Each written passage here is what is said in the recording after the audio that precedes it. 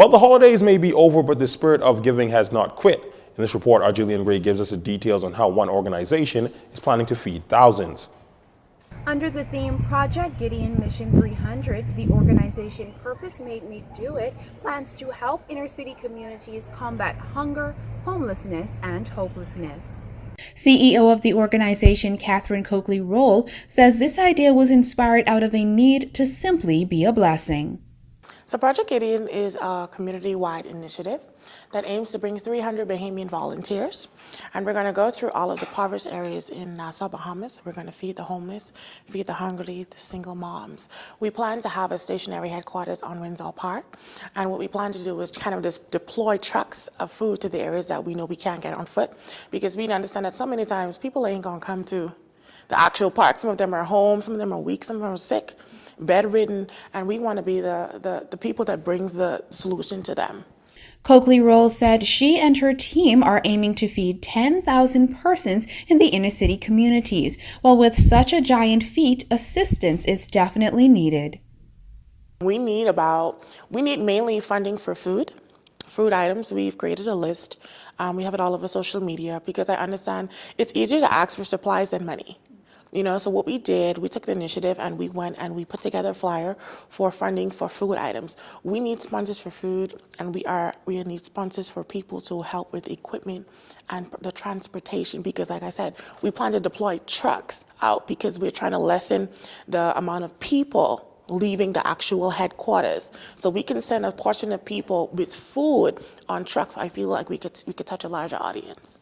Along with food items like water, canned goods, and bread basket items, Coakley-Roll said they need at least 3 flatbed trucks to take the items to those communities that may have persons that are bedridden. She added that an encouragement to the public would be to get involved, as she says giving is a year-round event. I believe giving is a lifestyle, and when we try to segregate it to 1 month, we find that we are kind of teaching people that you only sacrifice or you only help in one portion of the year.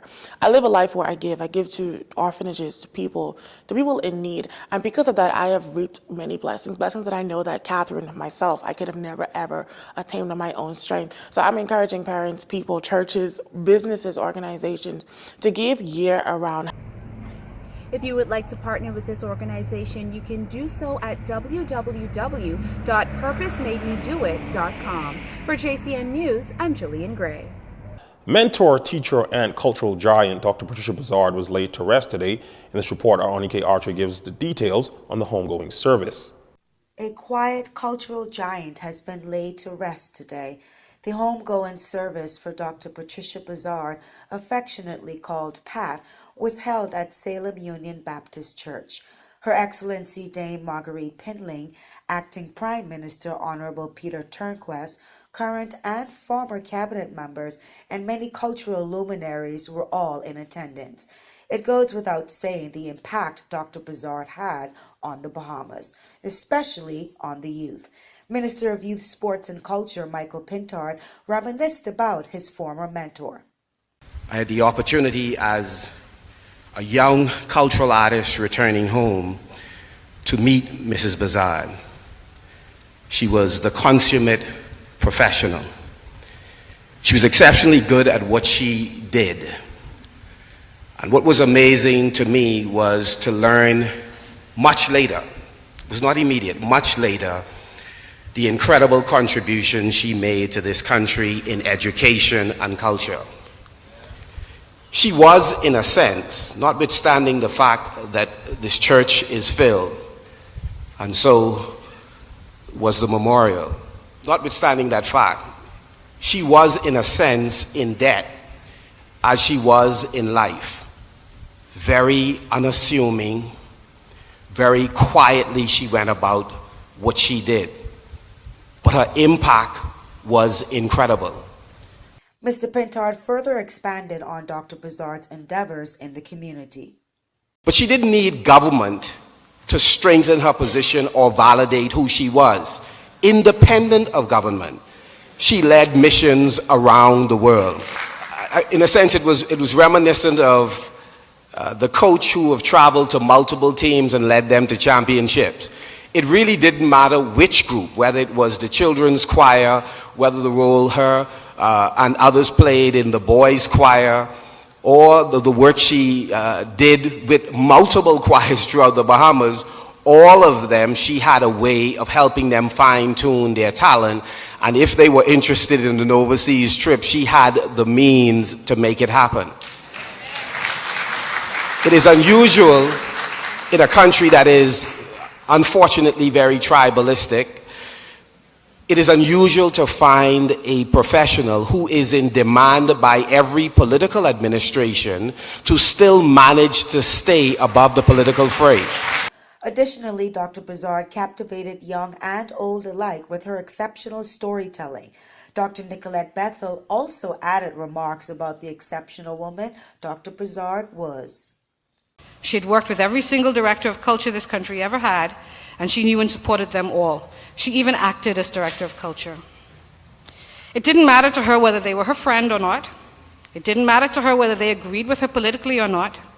She was in the Cultural Affairs Division to serve the Bahamian people, and she did it in her own way, day in, day out. And many people have said it, and I'm going to repeat it. She has never been adequately recognized for that. Let me tell you this too.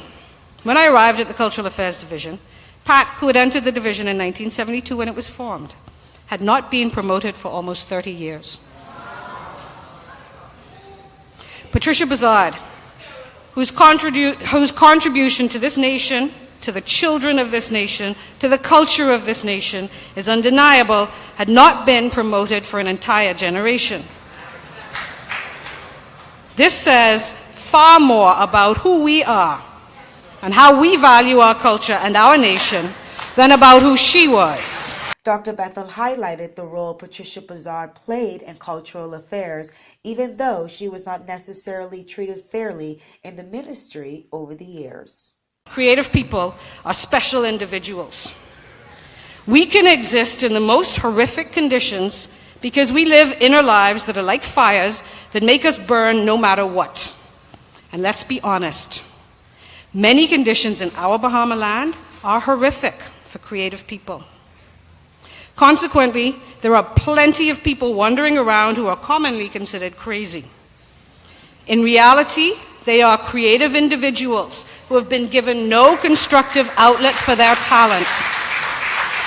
And that can drive a person mad. Although unassuming, Dr. Patricia Bazard was a force to be reckoned with as her talents were far-reaching. Just to mention a few, Dr. Bazard was an author, youth choir director, actress, singer, and mostly she served the Bahamian people with all her heart. For JCN News, I'm Annika Archer. Stay with us. We have sports and weather when we return.